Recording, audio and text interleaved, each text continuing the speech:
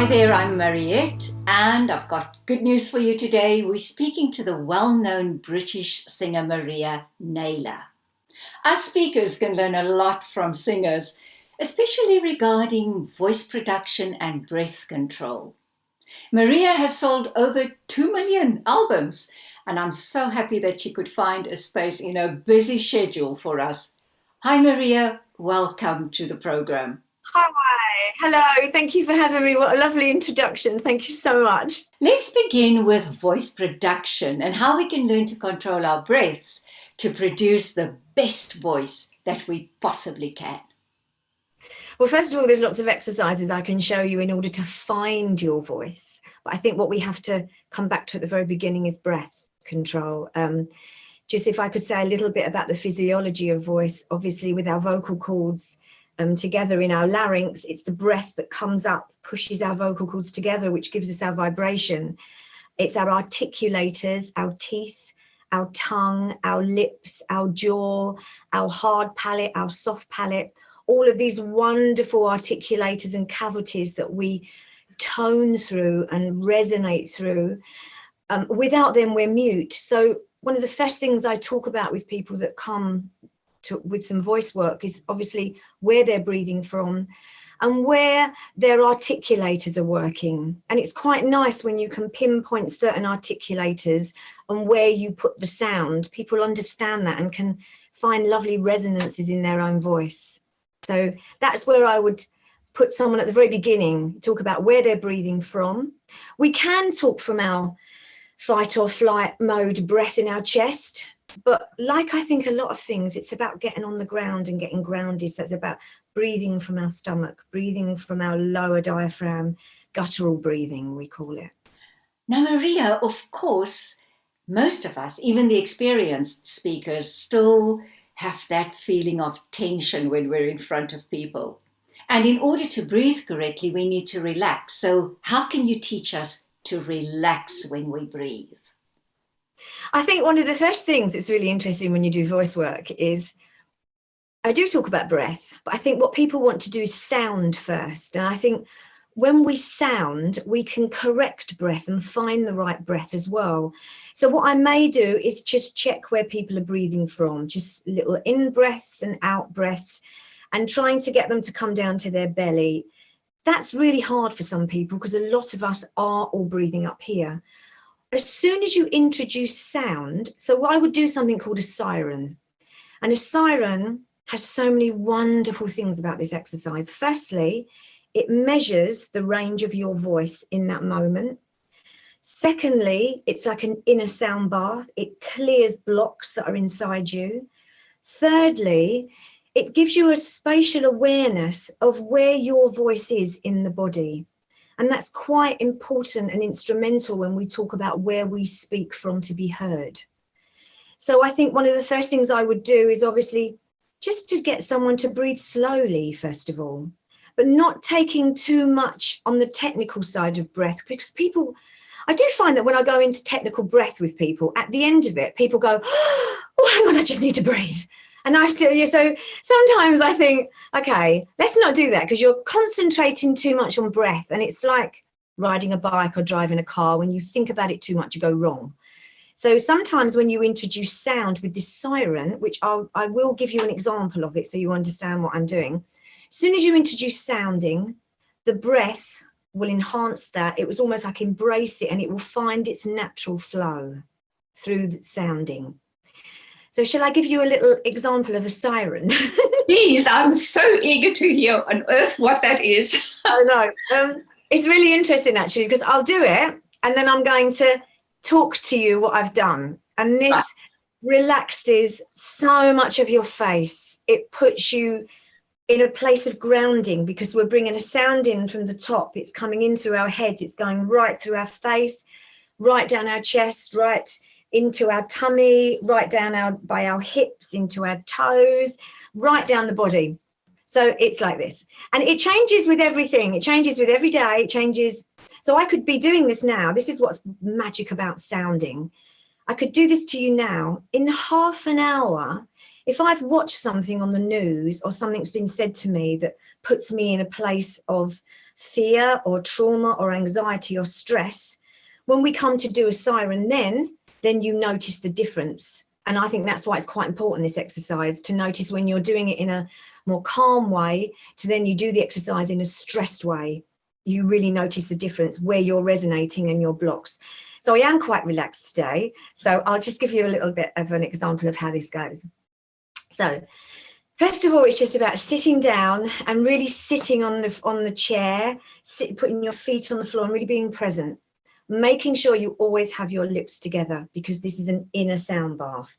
As soon as your lips are open, your articulators go into full force, but they'll be doing a different exercise, okay? So this is mine today.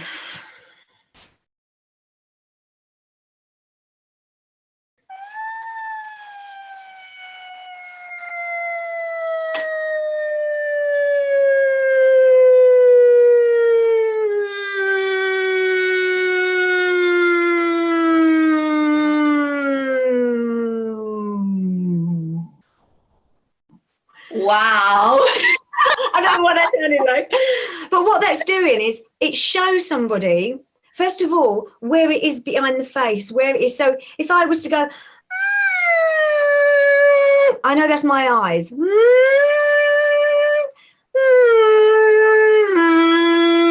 I know that's my throat. I know that's my belly. The more we do this, you will have a true understanding of where you resonate and your true sound. You're trying to find your signature note. Everybody has their own signature note.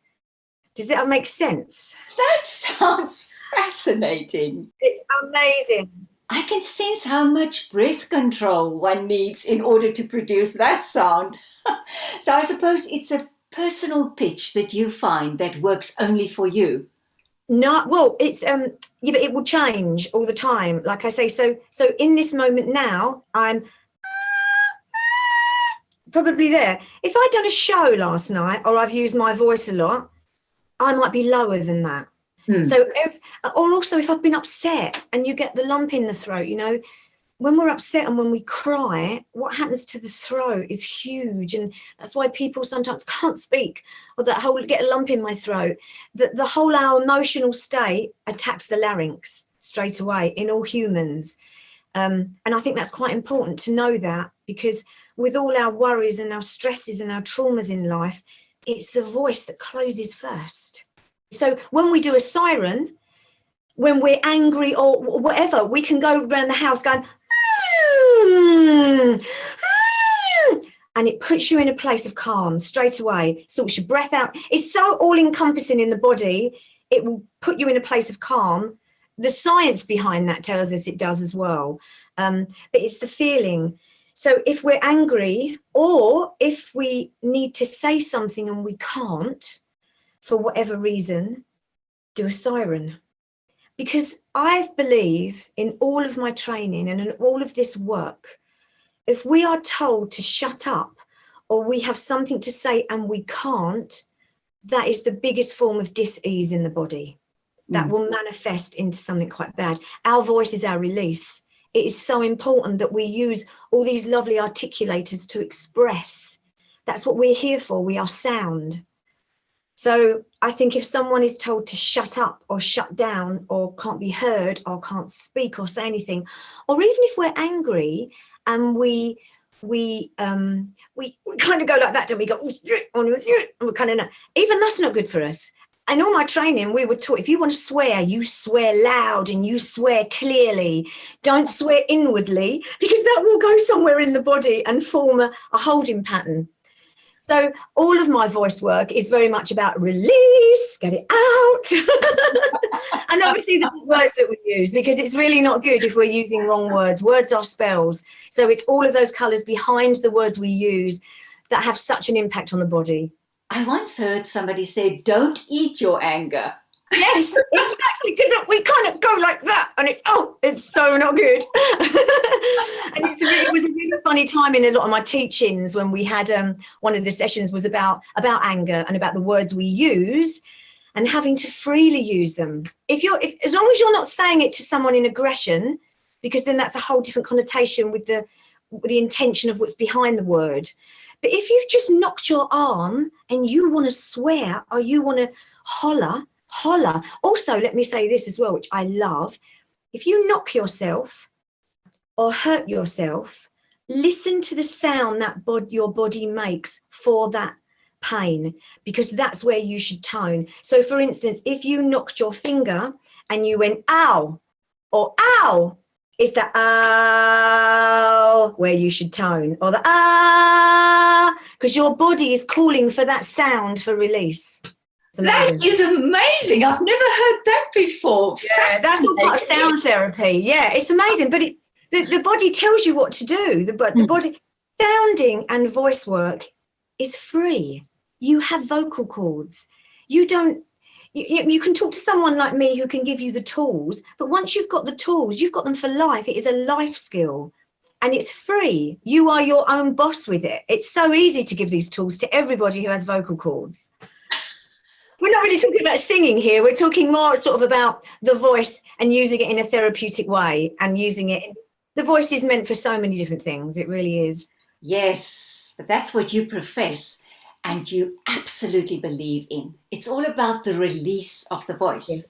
Yes, absolutely. That's what I also want. My aim is to free the hidden speaker inside and help a person to really blossom and find his or her own voice. But Maria, before I let you go, there's another thing. Often my clients suffer with a stiff jaw, and many of them have issues with the unhinging of the jaw. What would be your advice for us?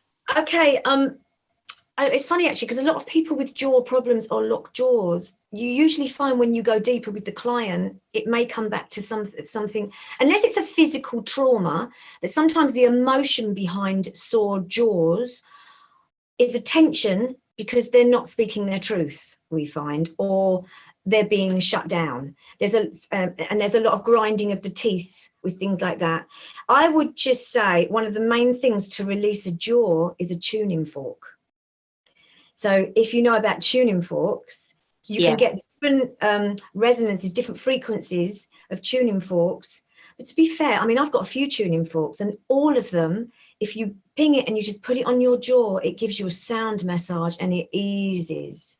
Can you grab hold of one? Yes. Is it within reach, please? Yes, they're here. So the thing is, I don't know if you can hear it. Yes, I can. Yeah. So we would strike it, holding it by the bar and just putting it in our jaw. It is so nice. Just all around. Yeah. And that's got lots of resonance and lots of vibration. So what that's doing is it's going into the muscle just to soften. All of these sound tools that I have are for softening. So I would use tuning forks, but if you don't have tuning forks, one of the beautiful things you can do is a lip bubble. Making sure you don't tense the teeth when you do it, obviously. It's got to do a bubble. If people can't do that, we hold. But you must make sure your teeth aren't clenched. It's about being loose. That's really good for the jaw too. Yes, I'm going to try that. Wow, that feels good. Yeah. You can understand, can't you? If you have your teeth together, it's not the same exercise. So making sure that your jaw, your teeth aren't clenched. Yes. And you've got, so certain frequencies. So some people might find it better high. Some people might find it better in the mid-range or low. I tell you what isn't very good, though, for you. One thing not to do is when we do this and we click like that. Yeah, that's not always a good thing to do because that's jarring. So I know some people want to do that when they have an achy jaw. They want to click it. But that's quite aggressive. That's not what we want. We don't want jarring. We want to get some suppleness into it. But these babies are good for everything. Honestly, for the jaw, honestly, for headaches, sinuses, ear problems, any ear, nose and throat, please buy a tuning fork. You've convinced me, Maria. In fact, I'm going to order it online today. Good. So I hope I've been clear and given you a little bit of information. Oh, Maria, you're such a joy to chat to. Oh, thank you very much. Oh, thank you for having me. I could talk all day about this. I can see how passionate you are. We've learned so much from you. Thanks. You're welcome. That was Maria Nayler. She spoke to us about breathing and how to relax our jaws to speak in our best possible voices. Until next time, goodbye.